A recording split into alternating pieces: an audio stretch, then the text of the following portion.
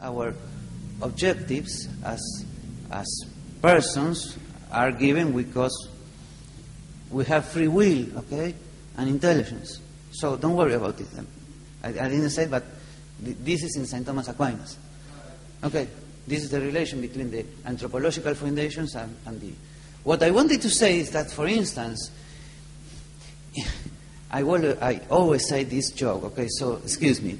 If I were talking tonight at 3 o'clock in the morning, saying the same, but nobody were here, in this case, this is not a conference, it's a crazy thing, it's a matter of where Gabriel is a little tired and we had to pick up Gabriel and take him to the hospital because he was talking here alone, you see? So this is not a conference. A conference is, or a meeting is because our intersubjectivity relationships. This is the key point of the ontological of social world and the key point for the ontology of economics. Because what is a price? What is an interest rate?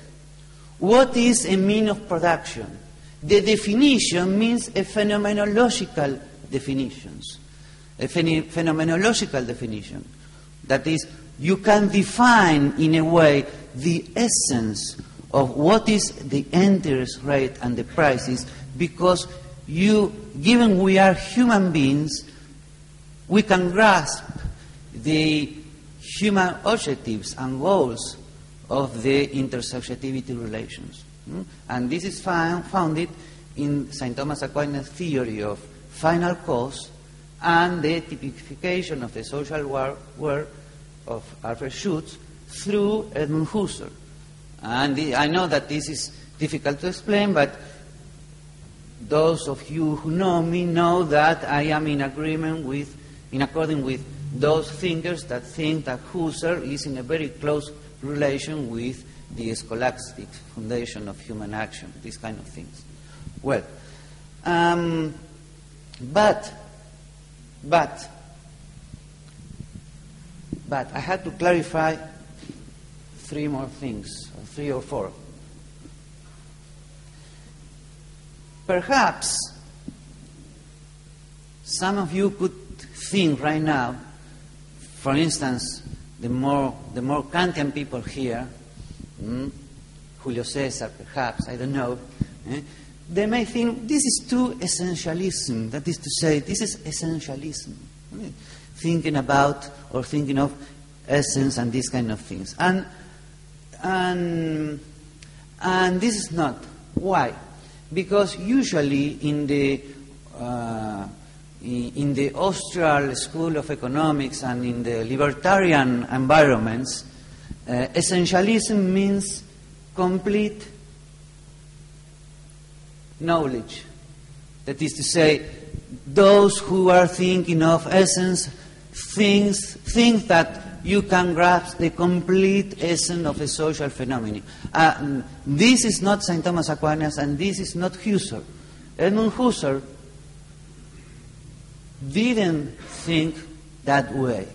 He thought that the phenomenological analysis had, how could I say, had levels and stages of graspings, that is to say, the essence of a phenomenological world. That is to say, there is a kind of evolution of human knowledge in grasping, in knowing. That is to say, to know the essence means just to know a little more about our daily life, daily social world. That is to say, to know the essence means for Husserl just a theoretical approach of our daily life.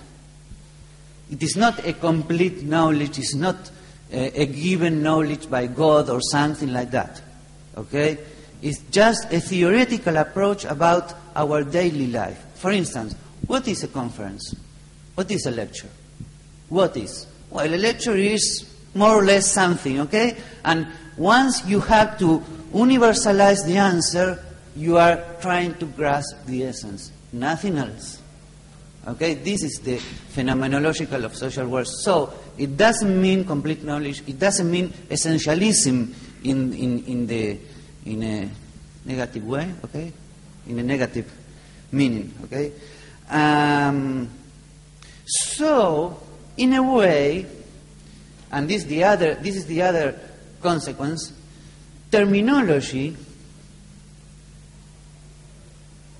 sometimes is very important, but sometimes it's not, especially when we are fighting between words and terms, trying to achieve an exact definition. And sometimes I suspect that I think that certain debates within the Austrian School of Economics are terminological debates more than real debates. Okay? What's the meaning of knowledge in Mises and Hayek? Okay, this is a very important question.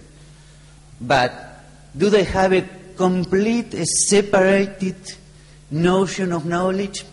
Sometimes I think that these kind of debates are more terminological than real, in a way. And the last clarification I want to establish, and I promise this is the last one, is that introducing Ludwig Wittgenstein in the debate, the famous cousin of Hayek, I want to say that the game language which is involved here is what we could call, perhaps is a better word, is deductive laconic. Okay? I don't know if there is a better English translation, deductivamente lacónico. Deductive laconic. Okay? That is to say, when you are reading my theorems, you are going to see that the demonstration is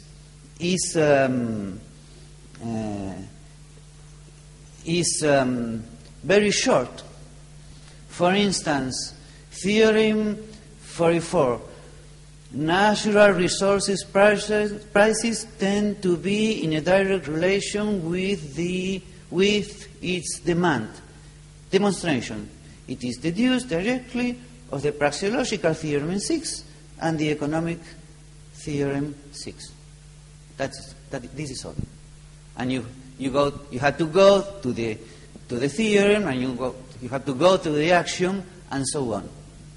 That is to say, in this game language, when you are deducing the theorems, you don't have the other kind of game language you need in order to explain, in order to be didactic, in order to convince, in order to move the people for the free market and these kind of things. No, it's very short, the game language you are using. It's just a deduction, okay? It's nothing else. It's just a little order, okay?